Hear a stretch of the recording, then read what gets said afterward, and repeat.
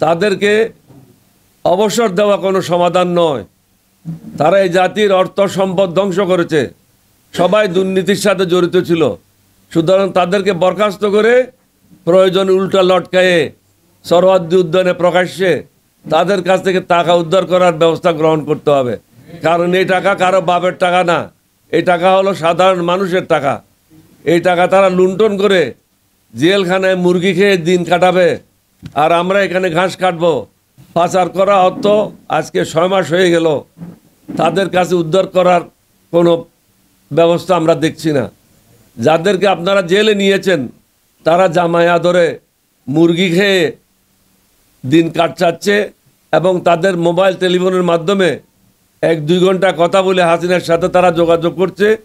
পৃথিবীর বিভিন্ন জায়গায় আওয়ামী লীগের যারা সন্ত্রাসী আছে তাদের সাথে যোগাযোগ করছে, যার কারণে প্রত্যেক দিন বিভিন্ন জায়গায় কর্মসূচি আওয়ামী লীগ পালন করছে। পক্ষান্তরে এগুলো আওয়ামী লীগেরই কর্মসূচি, নাম দেওয়া হচ্ছে অন্যান্য দলের। কখনো সচিবালয়ে আগুন, কখনো এখানে মারামারি, কখনো ওখানে হত্যাকাণ্ড, কখনো কারো গলা কাটা হচ্ছে। এগুলির পিছনে হচ্ছে সব শেখ হাসিনা এবং তার লোটা বাহিনী। লোটা বাহিনীর বিরুদ্ধে আমরা বহুবার বলেছি, আপনারা তাদেরকে বরখাস্ত করেন। বদলি করা কোনো সমাধান নয়। কোনো বড় ব্যবসায়ী যারা হাসিনাকে বলেছিল মরার পরেও থাকবো, অর্থাৎ দোজখে যাবে হাসিনা, তার দোজখেও থাকবে। তো এই দোজখে যারা থাকবে তাদের জন্য কি ব্যবস্থা করা হচ্ছে? শুধু জেলে নিয়ে গেলে হবে না, তাদেরকে আধা ঘন্টার জন্য উল্টা লটকাইতে হবে। উল্টা লটকাইয়ে তাদের কাছ থেকে টাকাগুলি উদ্ধার করতে হবে। এই টাকাগুলি কাদের? এই টাকাগুলি জনগণের। জনগণের টাকা উদ্ধার করার কাজ এই সরকারের, কারণ আপনারা দায়িত্ব নিয়েছেন। আপনাদেরকে জনগণে বলে নাই, আপনারা ছাত্রদের কথায় দায়িত্ব নিয়েছেন, আপনারা 2-1 অ্যাডভাইজারের কথায় দায়িত্ব নিয়েছেন, আপনারা আমাদের সাথে পরামর্শ করেন নাই। আমরা যারা দেশ চালানোর অভিজ্ঞতা রাখি, আমাদের সাথে কোনো আপনারা আলোচনা করেন নাই, মত বিনিময় করেন নাই। সুতরাং আপনাদেরকে জবাবদিহি করতে হবে, তাদের কাছে টাকা উদ্ধারের জন্য ব্যবস্থা নিতে হবে।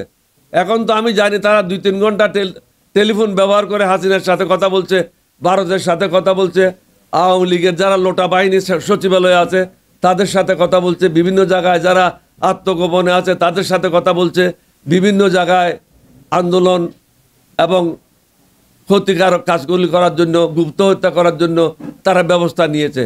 তারা আমার যে সংবাদ, মার্চ পর্যন্ত তারা অনেকগুলি এই ধরনের ধ্বংসাত্মক কর্মকাণ্ডে লিপ্ত হবে। সুতরাং সরকারকে সতর্ক করে দিচ্ছি। লোটা বাহিনীরা তো আপনারা দেখেছেন সচিবালয়ের অভ্যন্তরও তারা স্যুট কোট পরে সরকারের বিরুদ্ধে মিছিল করেছে। এই সাহস পায় কোথায়?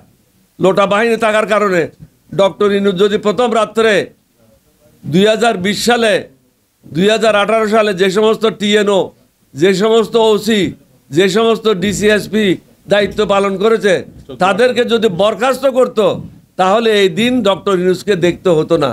তিনি নিজে নিজের জন্য বিপদ ডেকে এনেছেন। আমরাও চাই সংস্কার। আমরা চাই যে সমস্ত দুর্নীতিবাজারা, লুটেররা টাকা লুণ্ঠন করেছে, ব্যাংকের টাকা লুণ্ঠন করে খেলাপি হয়েছে, তাদের বিরুদ্ধে ব্যবস্থা নেওয়া হোক। কিন্তু আজকে 6 মাসের মধ্যেও আমরা দেখছি না কোনো বড় বড় ব্যবসায়ীরা অ্যারেস্ট হয়েছে বা তাদের বিরুদ্ধে কোনো ব্যবস্থা গ্রহণ করেছে।